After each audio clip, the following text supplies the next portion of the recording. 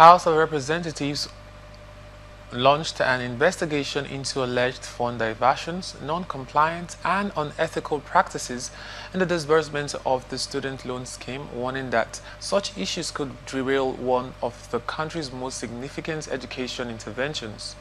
Speaking at the opening of the investigative hearing on the matter, Speaker of the House, Tajuddin Abbas, said the legislature would not allow the student loan program to be compromised by administrative lapses, regulatory weakness, or deliberate abuse of process. Abbas, who was represented by the Minority Whip, Honorable Aliyu Madaki, described the probe as both a constitutional obligation and a moral responsibility to protect young Nigerians whose educational future depends on the integrity of the scheme. Quoting sections 88 and 89 of the 1999 Constitution as amended, the Speaker said the House is empowered to investigate the conduct of any authority or agency responsible for implementing laws enacted by the National Assembly. He emphasized that the investigation is not a witch hunt, but a deliberate effort to identify weaknesses, correct procedural flaws, and ensure accountability in the management of public funds.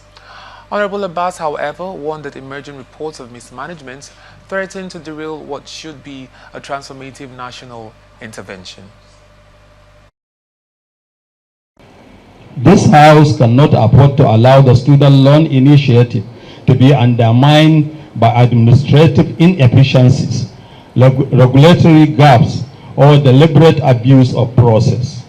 We are particularly concerned by the report suggesting that certain institutions and stakeholders may have colluded to delay or conceal disbursements.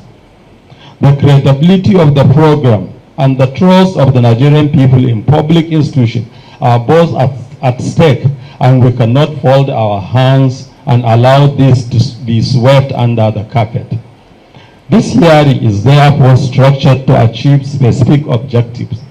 First, to verify the authenticity of the reported allegations of mismanagement and lack of due diligence in the loan approval and disbursement processes.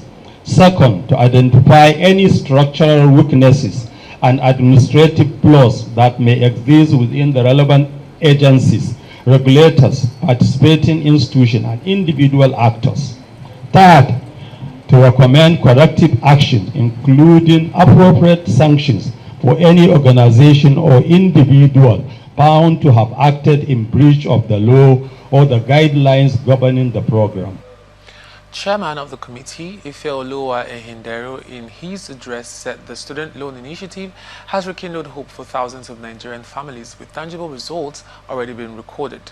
According to the lawmakers, as of June 30th, 2025, 73.1 billion naira has been disbursed to 366,247 student beneficiaries across federal and state tertiary institutions.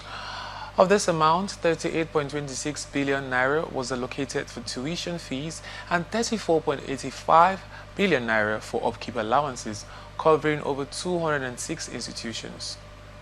He credited Speaker Abbas for his leadership and commitment to transparency, which enabled the Joint Committee to create an impartial platform for accountability and reform.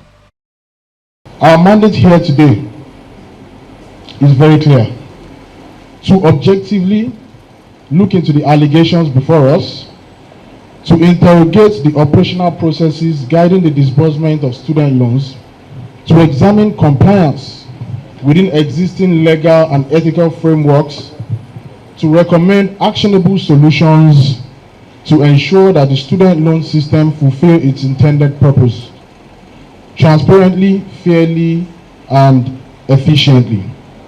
Once again, I must commend the management of the Nigerian Education Loan Fund and Nigerian students for embracing this transformative journey of Mr. President's renewed hope agenda in the educational sector.